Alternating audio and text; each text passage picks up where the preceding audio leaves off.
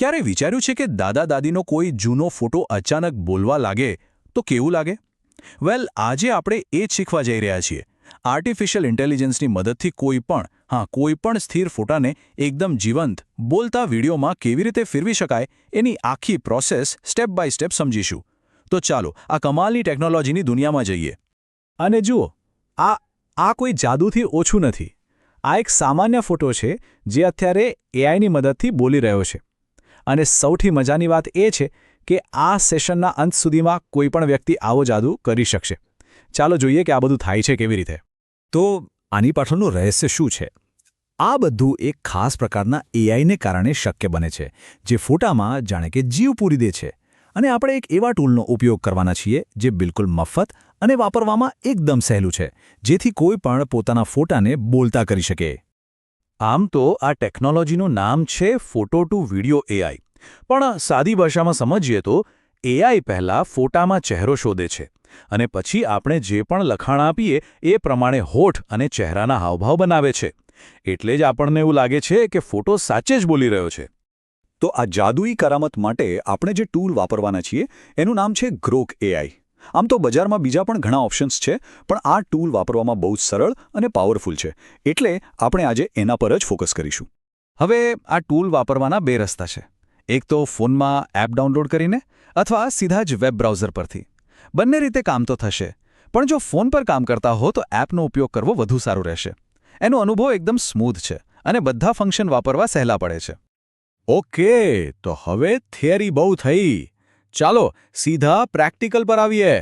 આપણે સેટઅપથી લઈને final video બનાવવા સુધીના દરેક સ્ટેપને બહુ જ સરળ રીતે સમજીશું. સૌથી પહેલાં ગ્રોક એઆઈ એપ ખોલીને સાઇન ઇન કરી લો.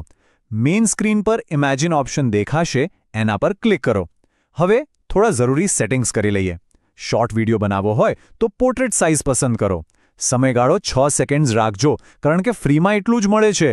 અને હા, ખાસ ધ્યાન રાખજો, ઓટોમેટિકલી જનરેટ લખેલું દેખાય એને બંધ કરવાનું ભૂલતા નહીં. ઓકે, સેટિંગ્સ થઈ ગયા. હવે શું? પાછા મેઇન ડેશબોર્ડ પર આવો અને ત્યાં એનિમેશન શરૂ કરવા માટે એક આઇકોન દેખાશે. એના પર ટેપ કરો.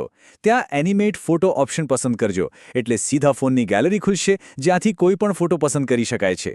ફોટો અપલોડ થતાં જ એક ટેક્સ્ટ બોક્સ દેખાશે. બસ અહીં એ સંવાદ લખવાનો છે જે આપણે ફોટા પાસે બોલાવવો છે. અને હવે આખી પ્રોસેસનો સૌથી ઇમ્પોર્ટન્ટ ભાગ. યાદ રાખજો, જે પણ સંવાદ લખો એ હંમેશા ડબલ અવતરણ ચિહ્નો એટલે કે ડબલ કોટ્સની અંદર જ લખવાનો છે, શરૂઆતમાં અને અંતમાં.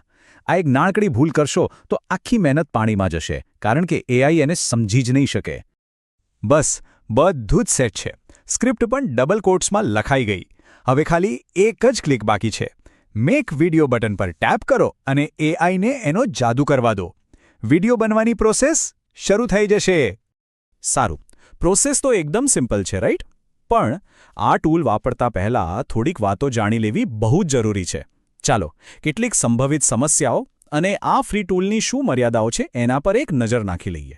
હવે મનમાં એક સવાલ જરૂર થતો હશે કે જો આપણે લખીએ કંઈક અને એઆઈ ભૂલથી કંઈક બીજું જ જનરેટ કરી દે તો શું કરવાનું? કારણ કે હા, આવું બિલકુલ થઈ શકે છે.